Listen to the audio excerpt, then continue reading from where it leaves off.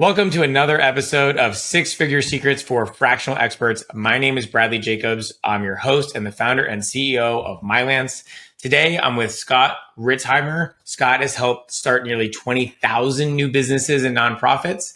He's founded Scale Architects to help founders and CEOs identify and implement the one essential strategy they need right now to get them on the fast track to predictable success. Scott, welcome to the show. Hey, Bradley, super excited to be here. It's a fun topic, something that's near and dear to my heart, but your show and mine are surprisingly similar. So I'm very excited to sit on this side of the mic and have a little fun that way. Amazing. So thanks again for your time. Elaborate on my intro, put it into layman's terms. Who do you work with? How do you help people? So first off, the 20,000 was not a mistake. That was really in there. He said it right. I have to pinch myself. Doesn't seem real, especially because anyone who's watching this on video has the added disadvantage of seeing that I look like I'm 14 years old. I'm not, and it is real. And it's a really cool experience. And we might unpack some of that. But basically, what happened when you do something that many times, you start to see some patterns emerge, right? We saw a lot of those founders succeed. We saw a lot of them fail. And most puzzling, we saw a lot of them succeed at first and then fail. And so in just watching that, I started to kind of root out like, hey, what's going on here? Why is all this happening? And ultimately realized that there was one real pattern. There's one core pattern. There's 7 different stages that every founder, every entrepreneur goes through. And where folks failed is because they didn't recognize what they needed to do at each of those stages. And so that's why some could start off really well. They did all the right things in early stages, but then got stuck later on. So who myself and our Scale Architects help today is founders of organizations of all sizes. The stages go from pre-launch to post-exit. And what we do is help boil down the million things that you could be focusing on, right? That really awesome, smart people like us say on podcasts all the time. Boil all of that down to, okay, what do I need to do? Not ever, but right now in the stage that I'm in to succeed. What is the essential strategy for right here and right now? And we do that through a combination of coaching and consulting. Okay, amazing. Sorry, that makes it a lot more tangible. So the question is, what can you share with our audience now, right? Our audience are fractional executives. They're running their one-person businesses, maybe 2 or 3, but they're really small.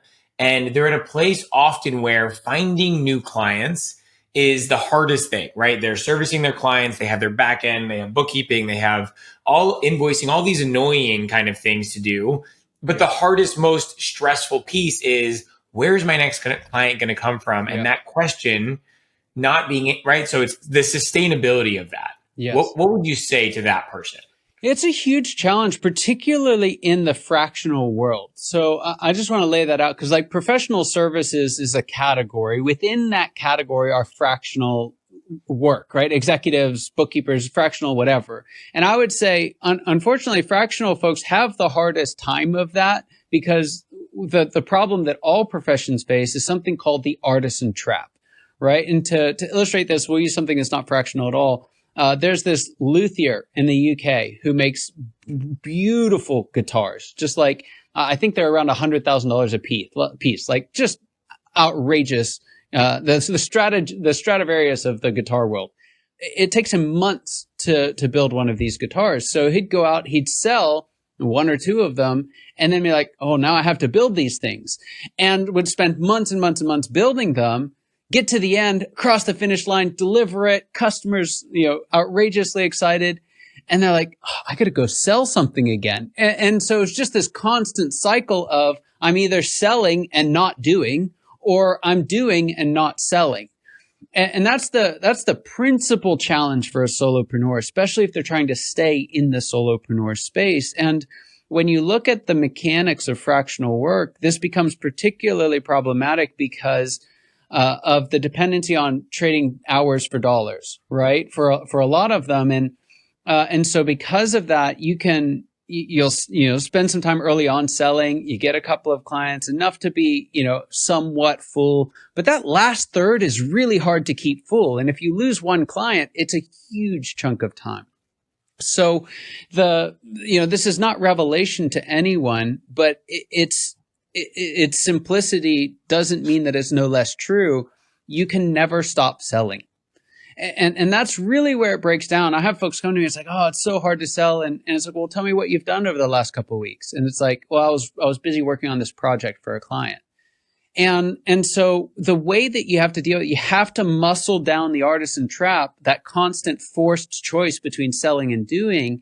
And the best way to do that is to sit down and make sure that you are meeting a minimum standard every single week, maybe every single month, but probably every single week, of just reaching out and contacting folks so that when the next project winds down, because it will, right? It's not if, it's when, you've got relationships that are always already hot, already ready to go, and you don't have that big lag time in between. So that person, right? Like, first of all, couldn't agree with you more, right? We're like, educate as many people as I can. Like, you got to never stop. Yeah. The person who is just swamped with client work, because you're right, I hear it all the time as well. What do you tell that person? Because they feel so limited in their time. Yeah. They're like, I do not have time for this. And I'm like, you get to create time. But like, what do you say? Well, yes, I agree with you. Like, no one has more or less time. You have whatever time you choose to have, right? So first off, you have full agency over your time. And if you don't, it's because you gave it up, right? That's just a really important thing. Now, where that tends to happen, lowest hanging fruit is scope creep, right? I don't know a single fractional person who doesn't work more hours than what they charge, right? Like, it's just, as a general rule, they are very conscientious, very hardworking. And when they see a problem, they're going to solve it, even if they can't do it in their hours allotment. So part of it is you just have to be honest. Like, are you doing paid hours, or are you going over on scope creep, working hours that you're not even getting paid for? And you've got to trim those back. But more than that, this is an interesting thing I found in the world, because I work a lot with coaches. We license scale architects and we teach them how to build a practice. And there's a lot of similarities. And as I was winding the program up, I really wanted to know, like, how does this work? Like, consistently, not just for me, not just for someone I'm helping, but like consistently over time. What is it that separates coaches that charge $500, $1,000, $1,500, $3,000 an hour from coaches that are making the average here in the US, which is 67,000 or 76,000? I can't remember which one it is, but it's not a lot. I thought it was like maybe their personal skill, right? Like their ability to be confident, and that had a role. But I came across some really not seemingly confident, very high demand coaches. And I thought, well, maybe it's just their experience and the knowledge that they bring to the table. And I came across some really smart, really experienced, very poor coaches, right? That were not in high demand. And I thought, well, maybe it's their network. And early on, getting a coaching practice off the ground, the network is a huge, huge thing. Same thing for fractional folks. Your network when you're starting is the number one thing that you should be working on before you start.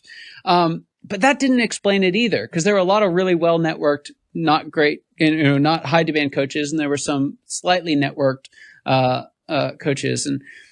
And so I looked at all these different parameters, and the number one thing that separated high demand coaches, right, that were able to charge a premium for their product and had a line of people waiting for them, from everybody else, was a structured process. They weren't making it up as they go on every single session. They weren't just trading hours for dollars. They said, this is the structured program that I offer. Now, it was a personalized service, and the better ones were more dynamic, but they followed the same process every time. They followed the same pattern every time. And so because of that, they had way more control over their schedule, because that structured process delivered very high return for their clients without taking a ton of hours from them. Now, there's a couple ingredients that make that work, but that really is the biggest distinguishing factor. Scott, have you read Built to Sell? I have, yes. It's been a while, but I have, yes. I mean, it feels like you're describing in a lot of ways what the book talks about, of really getting so freaking clear on exactly what the offer is, and not I'll do whatever you need. Right? It's like, no, I help you go from A to B with this offer. This is our system. This is our process. This is how it works. This is how much it costs. And that way you actually can enable efficiency, scale, repeatable sales process, clarity on your ICP, et cetera. Right? I mean, that is the key. 100%. And for those who want to do it, which isn't a lot of fractional folks, but it is some who want to build a practice where they outsource fractional folks who do what they do. And I've got a couple of friends who are doing this right now. You're not going to get there if you don't have the process, right? Yeah. It's almost a non-starter. So whether you want to scale it up or not, it's still going to serve you really, really well. And it has the added advantage of allowing you to scale if that's what you choose to do. All right, let's take a bit of a different route here. So I've heard you say that there's three primary places that even successful founders get stuck. Let's start with what are they, and then what can we do about it? But first, what are they? Yeah, so successful founders, where they get stuck. So the big three problem areas are, the one that's most poignant for this audience is in that stage 2, and that is that they don't prioritize sales properly. Right. And it goes to your very first question. So the problem with stage 2 for especially folks that are conscientious, professionals, educated, they think that the answer is to do great work. That's how you build a great business. And it isn't. You don't build a great business by doing great work. It's an element of it, but you build a great business by selling to people and then doing great work. It's a huge mindset shift. And it's why a lot of folks, who make great executives or great leaders don't make great fractional executives or leaders because of that sales component. And that's not all bad. It doesn't mean you're fundamentally flawed, but it might mean that you'd be better off, that you'd thrive more, you'd make a bigger impact being an executive as opposed to a fractional one. So that's the first one. That's the one that's most poignant to this audience in terms of their own story. But there are two others that are really significant challenges, and they fall in sequence. So the next one, and this isn't as common for folks that come from a professional space, but think about construction. This is where it's particularly hard. And in some professions like hiring or recruiting that are very active and outbound, it's this stage called being a reluctant manager. And so what happens is, let's say you start off, you're fractional, you get way more work than you can do yourself. And so you go talk to a buddy who's also a fractional, whatever, call him a CPA, or not a CPA, a fractional CFO. That works really well. And they love that you're selling. And so you build it up. And so you wake up one morning and you've got 5 fractional CFOs that are all dependent on you to sell the next one. And you also realize you don't have the problem of filling one schedule. Now you have the problem of filling 5 schedules. And there's always a vacancy in one of those 5 schedules. And so not only are you giving them huge chunks of the money to do the work, right? Oftentimes people make the mistake of giving most of the money to folks who do the work. Understandably, but it doesn't really scale well. But then you also have to work 4 and 5 times as hard just to sell enough to keep everybody going. And you're not an executive. You're not in this, you didn't start this business to manage a bunch of people, right? And so what ends up happening is the added pressure of having to sell more than ever before, especially if that's not your favorite thing to do, on top of the need to manage people who aren't doing it exactly like you, right? And aren't providing the same quality that you would, or solving problems the same way, or approaching it with the same curiosity that you would. It just boils to the point where we wake up each and every day thinking, what's wrong with these people? And so many folks will trip up at this stage. They'll think, well, no one can possibly do what I do, or if it's to be, it's up to me. And it just isn't anymore. And so they fall into the trap of being a reluctant manager, and it could be a real problem. So the third one, we got to keep going down the line here. So let's say we've overcome that artisan trap we talked about earlier. We prioritize sales properly. We overcome being a reluctant manager, and you manage effectively. You don't have to be an amazing manager, but you have to be an effective one. And you start to get those things in line. You start to get that recipe working, and it'll take off.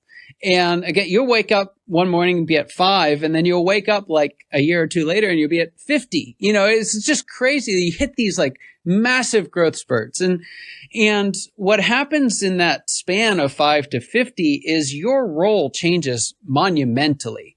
Now, it doesn't change all at once, and nobody really tells you that it's changing.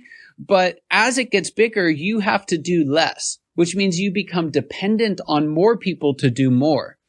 And when it's happening like in real time, that feels kind of nice because it's like, hey, they're taking things off of my plate. There's less I have to do.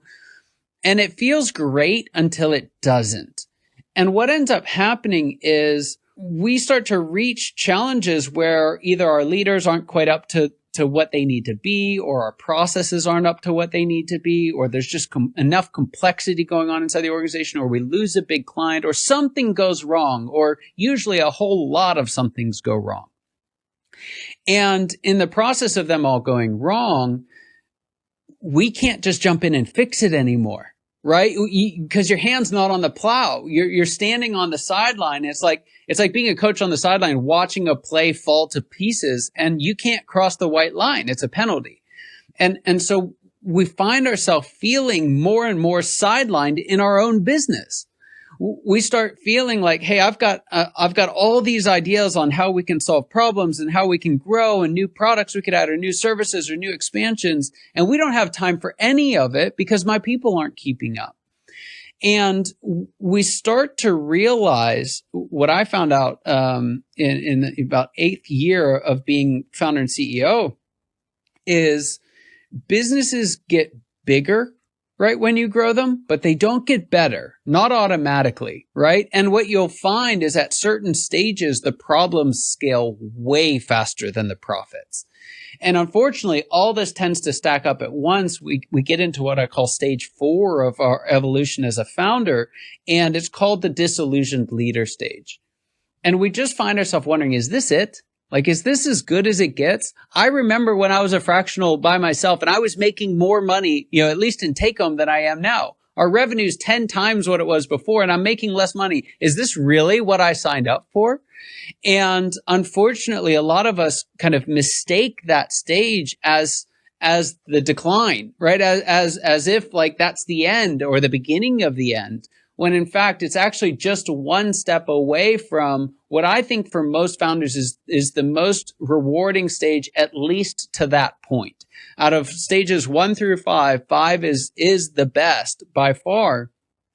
And we'll never get there if we don't understand it. We'll hit that line of being a disillusioned leader. We'll misinterpret the problem and we'll sell ourselves short in one way or another.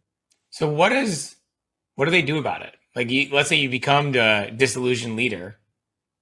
Then now what? Yeah. Now what? So this is what's really important because as you understand the stages, you understand it's not one size fits all, right? Each stage has a different now what. So part of it is recognizing, well, how did you get here? And this is the good news. You got here by doing the right things. So when you find yourself struggling with a stage, it's not because you're a screw up or you're not cut out for this or maybe someone else should. Like all these lies we talk, especially the imposter syndrome stuff that kicks in for a lot of professionals, none of that matters. What you need to say is, okay, what got me here and what's going to get me there, right? What's his name? I've just totally forgotten it. What got you here won't get you there. Him. Marshall Goldsmith wrote a whole book on it, right? And basically this is a version, a fractal of that. And so in this leadership stage, what you have to recognize is the critical piece is the leaders around you, right? You've got to make sure you have the right leaders around you and that they're focused on the right thing.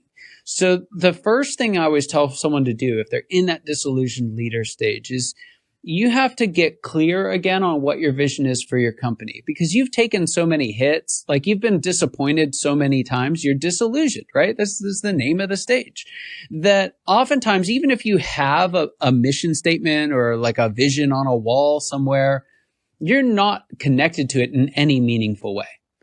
And so the reason why this is important is not just because we need to like, hoorah, get inspired, although that's an important part of it. It's that it is directional in telling us how to get out of this stage because there's 2 ways out of any stage. You can go forward or you can go back. And so for a lot of folks, and this is going to be pertinent to a lot of your audience, if they accidentally outgrow what they wanted to be doing, right? They just wanted to be a fractional executive and now they're leading a whole team of leaders who are leading fractional executives. And that's just not what they want to be doing with their life. They're not a fractional executive anymore. They're an executive.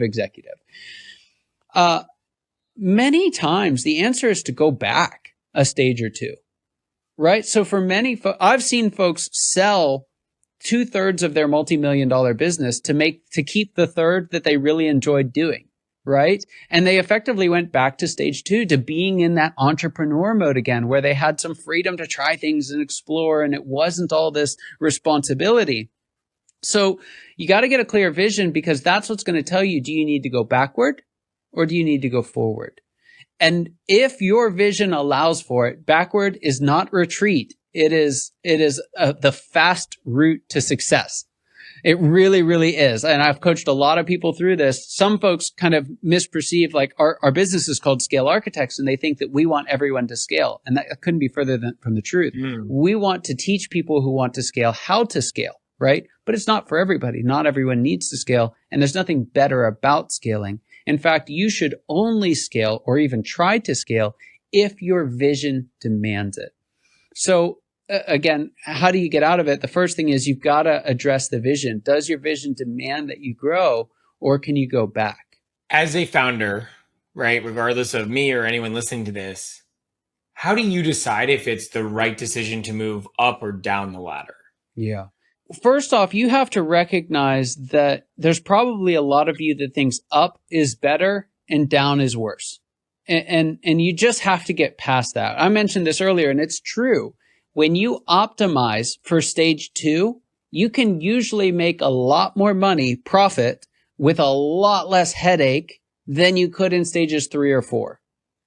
Right? So yes, we're saying back in the sense that it is stage number back, right? It might be smaller, but it's way more profitable. It's not down, right? It's not worse. And so a huge part of what I have to do when I'm coaching someone through this decision is to normalize back as an equally valid option. Because if it's not equally valid, even if you kind of accept it, you're not going to be proud of yourself, right? You're going to think you chose a lesser option, and you're going to resist that. And you're not actually going to solve the problem, because you're going to be at war inside your own heart and head the whole time. So that's the first part, is you have to recognize that no one stage is inherently the best, not even stage 7. Some are much harder, right? Some stages you don't want to get stuck in, usually 3 and 4 for most people. But there are some people who do great in stage 3 or 4. So the first thing is, don't assume that just because a stage is later or a company is bigger that it's better, because that's definitely not true.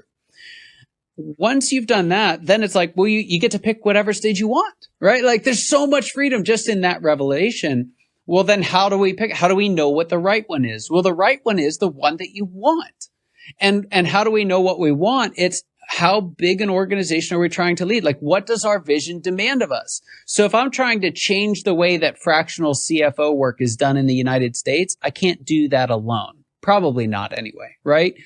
And so I'm probably going to have to build an operation that's big enough to actually impact that industry at some scale, right? I can't do it as a 1 or 2 person firm. I can change a little piece of it, right? I might be able to influence it. But if I were to build a nationwide offering, right, where we had CFOs all across the country, I could probably change the way that fractional CFO work was done, right, in a meaningful, substantive way. So if that's your vision, then you probably do have to get to stage 5. You probably do have to go through stages 3 and 4. You have to learn to manage. You have to be an executive. You have to build an operation, an enterprise. But if you're saying, hey, I just want to be a fractional executive, like I just want to be a fractional CFO. I want to have a handful of clients. I want to serve them really well. I want to see them grow like crazy. Then why would you ever leave stage 2, startup entrepreneur? Why would you ever become a reluctant manager? There's no point in that at all. So to answer your question in a succinct way, the right stage is the one that is best suited to getting you to the vision you have for your organization. When I think about vision, I think about the environment I'm trying to create. So it ends up being pretty big picture. It's broad. It might be even a little fluffy, right? I want to create an environment of, people solving problems that fulfill them, that they're passionate about, that they're right. Like, and then when I think about building a company that's aligned with that vision, I think about an incredibly narrow focus. We are going to solve a very specific problem for a very specific customer in a very specific way that has a profitability and all of that. How do you think about going from that vision to that really narrowly focused, I'm building this product or service for this customer? Yeah. There are lots of ways to do it, and they usually devolve into some kind of semantics. So the words I'm about to use, there's nothing magical about them. It's just the set of words we use to make this a little more helpful. And so the first thing is, I would say we want to break vision into vision, right? What you described. And then a level down from that in terms of making it concrete is mission. So within this greater context of the way we want to see the world changed, where and how are we going to do that? And usually the mission will have some type of geological component, right? I want to change it in the Atlanta metro area. Well, that's very different than the US or the world or the universe, right? For Elon and all those going to Mars. It'll have a time frame, right? So I want to do I want to go from X to Y by when, right? We want to serve this many people. We want to oversee this many dollars in revenue. There's some type of a measurable component to that. And all of those together start to make a more concrete, clearer box. And that's what you're talking about there. Now, in addition to those two, and I would say that arguably should live longer than either of them, is the culture you're trying to create, the values, right, that go along with that. So those three together I would lump them into vision, even though vision is one of the subcomponents. I would put all those together, and they serve to paint a really clear picture of the future, a really compelling vision of the future, a really clear mission on how we're going to get there, and the values that we all adhere to along the way. Now, after that, you can say that like in an interview process and people will be all jazzed about it, and then they'll come and work for you and it's like, oh, we're not aligned at all. Well, what happened there? So what happened there is that mission, vision, values, when they're done right, are pretty lofty and usually pretty distant, right? Most of the time you're talking 5 to 10 years at the shortest end of that spectrum. But when folks are making decisions, even if it's just you and a virtual assistant, you're making daily, minute by minute decisions. In fact, you're making somewhere between 15 and 50 of those every single day. And so if we just rely on some values we did in a workshop, 3 years ago to direct all of that, it's not going to go very well. We're going to drift. We're going to, split. It's not going to be aligned. And so even when you're in a small operation, and it gets more important as the operation gets bigger, but even in a small one, you want to map that mission and vision values to shorter term goals. Think somewhere between a quarter and a year in length. Tangible goals that actually move you toward that mission you defined. And then you want to define some strategies. This is where the structured process that we talked about comes into play.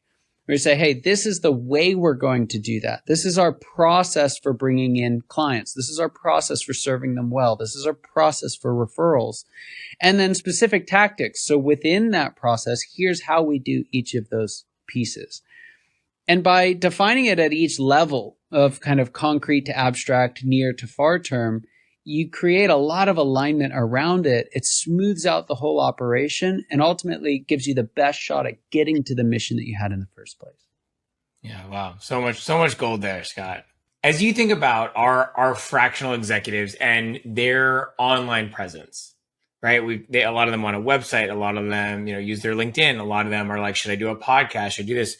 And from your own experience, I'm curious, as you acquire clients for your guys' business, what do you see as most effective? What do you recommend for the fractionals in our space? Yeah, that's a great question. So it depends on a couple of things. The easiest answer is whatever you like to do, find a way to sell doing it. Right? Like that's really genuinely it. If you like to talk to people one-on-one, then build a strategy around having coffee with local entrepreneurs, right? Or whoever your clients are. If you love to speak, then think about podcasts or speaking from stage, I think is even more effective. If you really nerd out on online and love LinkedIn and you're on it like 3 hours a day, even if no one asks you to, then there's probably a great LinkedIn strategy that you can monetize. Where folks get in trouble is a couple things. One, we try and do everything, and then we do nothing well. And two, we try and do things because that's the thing that someone said we need to do. That's what all the cool kids are doing, but it doesn't align with us at all, right? And I see this particularly around social media. If you don't like dancing in front of a camera, like don't start a TikTok channel. It's probably not going to work. Now, there's plenty of people who can prove that wrong, but my point is do something that you like. Because for most professionals, it feels a little icky going out and talking about yourself anyway, right? It feels a little bit like you're a fish in a bowl in the middle of a room when you do some of this stuff. And if you don't like it and you don't like what you're doing with it, it's going to be hard to actually master that and build a sustainable model. So the number one thing is don't think of it as, hey, I just need to go and market. Think about what could I embrace for the long term and build a sustainable model. So that's the first one. The second thing that you want to think about then is, it has to go back to the stages. What size organization are you trying to build, right? Because if you're just trying to fill your schedule as a fractional leader, unless you're in a really small town, you can probably do most of that locally. And that is your distinct advantage, right? And so for a lot of fractional stuff, folks, they don't need a website. They don't need to go online. They don't need to have, in fact, many of the best coaches that I talk to have the worst websites in the world. Like I had to stop doing my research on their website because it was so bad. It didn't tell me anything about what they were doing. And so there's these phenomenal coaches who don't have websites. Why is that? Is it because they all suck at websites? Yes, but why are they still like making unbelievable income? Because it doesn't matter, right? They have a local strategy or a speaking strategy, or they found another strategy that works for them. So once you know what you're trying to build, you find a way that you love to talk to the folks that are in the audience, in the market that you're looking for. And if I were to simplify that dramatically, I would say for most folks, it's just going out and having coffee with as many people as you possibly can. Or if you have a full schedule, having coffee with as many people as you need to keep that funnel fresh. Yeah. And whether it's coffee in person or virtual coffee, right? At the end of the day, even what you and I are doing, right? When I have someone on the podcast, we get to know each other, right? And there's usually, and not always, but often there's something afterwards where we can help each other, support each other, whatever it is, right? I mean, it's such a valuable channel. And I do look at it as networking. I mean, it's and it's the easiest thing in the world where I'm like, hey, do you want to come on the podcast? People are like, of course I want to come on the podcast, right? Like it's fun. You get to talk about yourself. We get to know each other. It's good marketing for you. It's good marketing for me. Pretty much and we're offering just free value, right? We're not selling anything here. So everybody wins. And you and I really get an opportunity to meet someone new. Yep. And honestly, and I tell people this all the time, and you know this, right? Like running your own podcast is not expensive. No. It's not hard. It's not expensive. It's not time consuming. I mean, it's pretty damn easy. The cool thing about it for fractional folks and why it's one of my primary channels, right, is both guesting on other people's shows and hosting my own show, is it is the highest return on my time. Like if I were to replace the amount of content that we can create, high quality content, with my own time, right? Like my own writing, my own video. I used to do that. We would do a blog a week with videos and shorts and posts and all and it was hours and hours and hours of time. A podcast like this, it might be 30 minutes, an hour and a half if you include prep. And then most of the rest of the stuff, once you do it once, is just the same thing over and over again. And you can hire very, very awesome, very affordable people to help you with that. There are very few content channels, we'll put it that way, that are as efficient as podcasting. And you're right, everybody wins, right? This is a benefit for me and folks in my audience that I'll share this with. This is a benefit for you and the folks in your audience you'll share it with.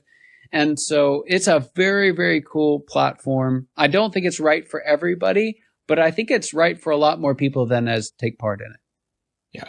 And the other thing I'll share is two things. One, we take our podcast and we turn it into a blog, a newsletter, LinkedIn posts, tweets, shorts. Yeah. Right. We post it everywhere. Yep. So it becomes this one to very many. Right.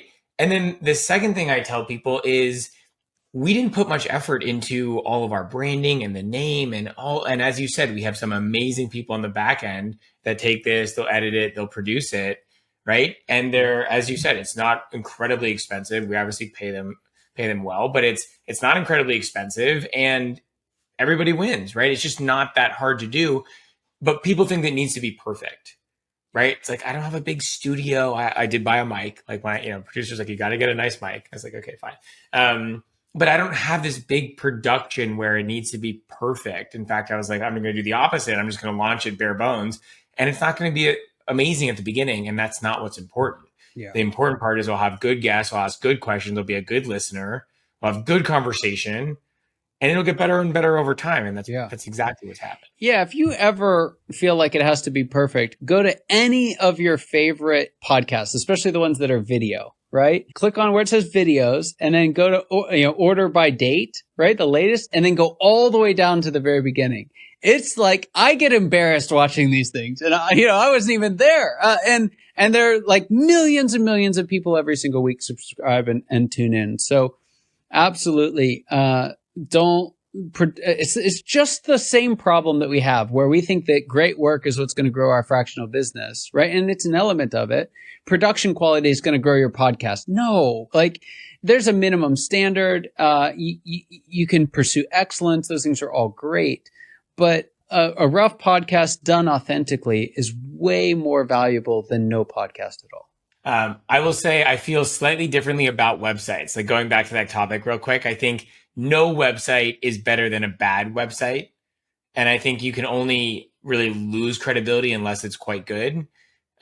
Without one, you rely on your LinkedIn, which is totally fine for almost every fractional. I had a whole LinkedIn series this past week on, I never had a website when I was consulting. I did very well. And tons of clients don't have websites. And when I see a really bad website that doesn't have good, optimized for mobile and probably has some typos and the design is kind of amateur, it's like you're losing credibility by doing what you thought was actually professionalizing yourself. Yeah, it's true. I would say don't do your own website. Like don't do a WordPress website. Have someone do it for you if you're going to do it right. Where I would say it's a lot simpler than a lot of people make it is, one, the site itself can be a lot simpler, right? It doesn't have to be fancy. It doesn't have to have 19,000 pages or 80 different modules. It can be very, very simple. And two, it should express who you are, not just what you do.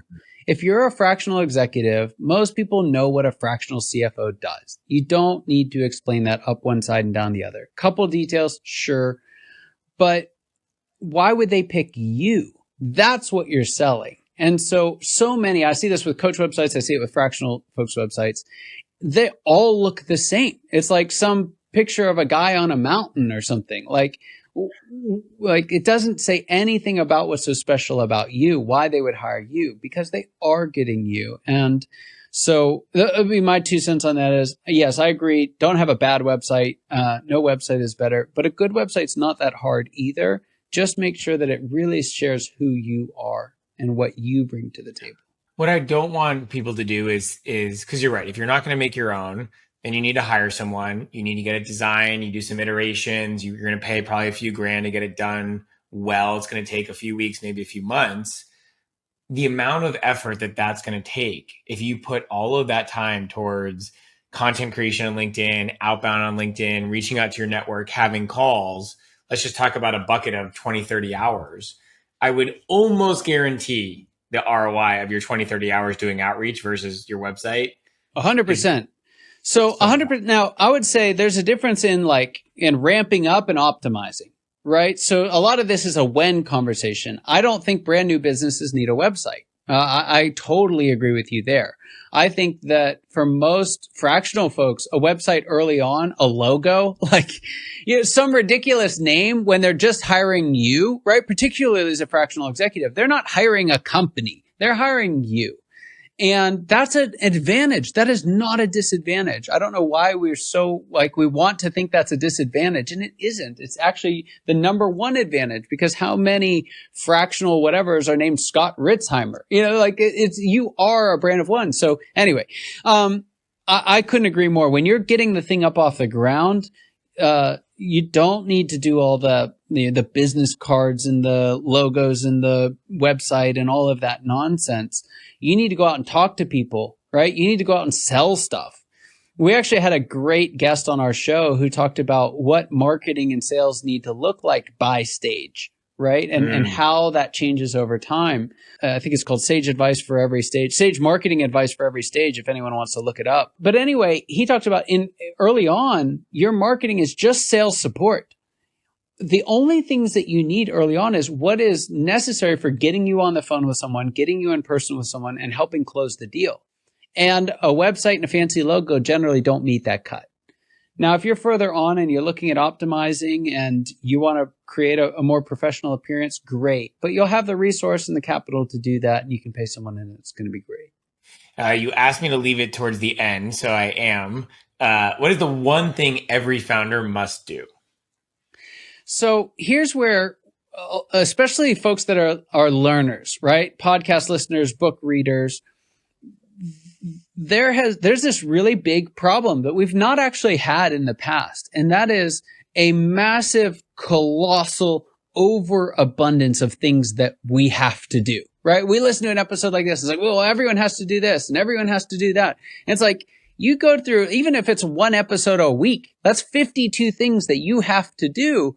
That'll crush anybody. And so then we're just kind of left to like, well, which of those 52 things do I think I should do, or do I want to do, or do I feel the worst about not doing? It's not a very great skill set, right? We haven't really figured out how to filter it down.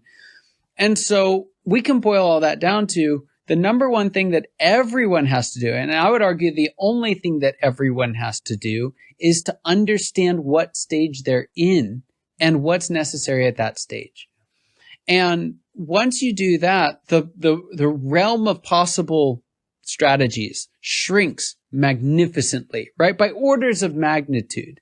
And so instead of running around in a day trying to do 20 or 30 things and not knowing which of them is going to work or which one is right for right now, if you understand the stage you're in and what works in that stage, you can boil that down to 2 or 3 things that you really actually have to do.